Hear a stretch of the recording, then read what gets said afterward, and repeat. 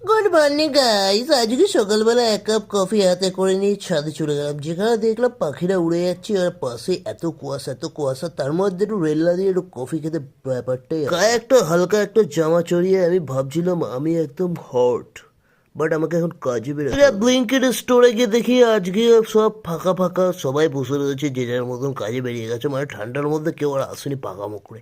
আর আমি পাকামো করে এসে আমি যে কি ভুল করেছি, আমি রাস্তা দিয়ে যাচ্ছি, ও বাবা গো, মনে হচ্ছে কেউ বুকের মধ্যে আমাকে ঠান্ডা জল আর বরফ দুটো মিশিয়ে ছুঁড়ে মারছে। আর এইদিকে আশেপাশের লোকজনকে দেখে তো আমার তো খুবই খারাপ লাগছিল, যে ঠান্ডার মধ্যেও বাবা কিভাবে যাচ্ছে, মাই গড। আর আমি অর্ডার দিতে উঠলাম একদম পুরো 11 তলার বিল্ডিং এ, যেখান থেকে ভিউটা জাস্ট লাগছিল, ও মা গো কি সুন্দর ভিউ, রাস্তায় কত ছোট ছোট গাড়ি। থাক, আমার অর্ডারটা দেওয়া কমপ্লিট, এখন আমি যাচ্ছি বাড়ির দিকে। দেন তারপরে আমি বেলার দিকে দেখলাম যত বেলা বাড়ছে ঠান্ডা তত বাড়ছে। তো এখানে আমার একটা ভাইকে দেখতে পেয়ে গেলাম। হাই থাক, আজকে ঠান্ডার মধ্যে মিনি ব্লগটা একটু মিনি হয়ে গেল। তো গাইস টাটা।